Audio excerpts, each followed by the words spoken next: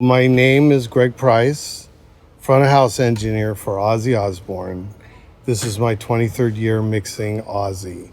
I've done all 17 Ozfests, albums, live records. Black Sabbath was also in this 23 years of work.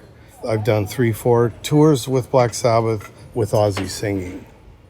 Let's talk about Ozzy's vocal. How do we stack plugins in a chain? I use the SSL G channel. On the G channel, of course, we have gating and compression right there in the channel. So I like to set immediately 30-to-1 limiting on that channel so that he cannot overshoot my input. The limiter stops him right away. So once you come out of the G channel into the C6, I'm not over EQing. As a matter of fact, I'm not using any EQ. I may have used maybe one of CLA's vocal presets. And then I go to C6 and I automatically drop Ken Van Druten's vocal, Ken's vocal. That's my starting point. Everybody who wants to use C6, they need to use Ken's vocal. It is unbelievable. I've said this before. He has some amazing presets within the library. The biggest challenge is Ozzy recorded triple track vocaling on all of his records. It's a classic signature sound. How do I get that? I stack Waves vocal doubler. I call it the Ozzy vocal pyramid. What is the vocal pyramid? It's the stacking of pitch change and delay so that it all works with the natural vocal in a pyramid shape so that the listener feels that triple track sound of his vocal without it sounding too pitch changey. Once you've developed that, then it's very easy to add long recurring delays, maybe a little extra reverb, but in the pyramid itself, you have the vocal doubler and true reverb stacked like a cake, in and out, and they're delayed offset. I beg you to give it a shot and develop your own pyramid. Good cop, bad cop, parallel compression. I coined this phrase for my drum compression, my drum grouping compression. The good cop is all of the drums, my entire drum kit, from the kick all through the cymbals, everything. So basically it's drums left and right on a group through an SSL compressor, and it's very subtle 4-to-1 compression, and I'm not even seeing, let's say 2 to 3 dB of gain reduction. I don't want to see any more than that. So it's just taking the drum kit and going, ha. Now, this is downstream of all my inputs. This means all of the heavy lifting on my drums, the inputs, have already been, I want to say, medicated by plugins, inserts, EQ, gating, before it sees the good cop. Once it sees the good cop, the bad cop is bad.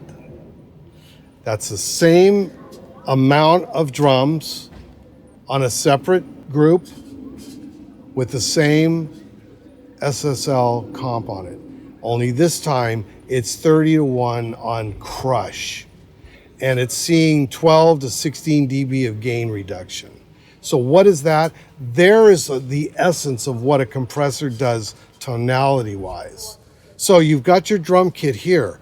You got a good sound on your drums, and now you've got the bad cop on your finger, and you drive it up into the drum sound, and you're not gonna believe what it can do to your sound. Now, I want the viewers to experiment with this. I like the crush sound. It speaks to me on how it adds to my drum sound. Not everybody's gonna want that. So you can either let up on the crush, maybe only see 10 dB of gain reduction at 30-to-1 on the SSL comp limiter. But it's a tonality thing. It's a mixing thing. It's a textural thing that can be snapshotted so that it comes away, comes in, comes away, depending on the song, verse, chorus, bridge. You choose where you want this sound to come and go on your drum kit. Now you can use good cop, bad cop on anything. There's a lot of facility within SoundGrid that even to this day, people are just scratching the surface, myself included. Very important. The workflow and the manipulation of plugins while you're on the fly, while you're working, while you're trying to develop a sound, it stands alone in our industry as a tremendous piece of work. It allows an engineer to truly develop a sound and be able to turn plugins on and off within the SoundGrid itself and be able to develop a workflow. I do it religiously. I have my favorite plugins, but I'm always searching for something different. So here comes Waves with SoundGrid and the server in full integration on the Avid console. When I say full integration, that means you touch a plugin and the tactile surface elegantly brings the essence of the plugin on the surface of the console. So you have the best of both worlds. You can touch the screen or you can touch the knobs. And some people that have used these plugins, these are old school knobs like an API EQ. It's centric. It's got stop points. The engineers at Waves that developed this have to get incredible credit.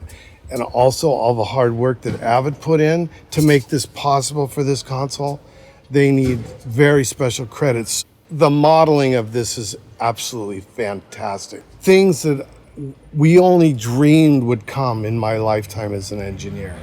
I really invite everybody, I'm going to go straight to the website tomorrow, download the manual again, and read it top to bottom, because like a movie, the third time you watch it, you go, oh God, did you see that? I never saw that before. Well, SoundGrid continues to excite me and to bring new things that I want to play with.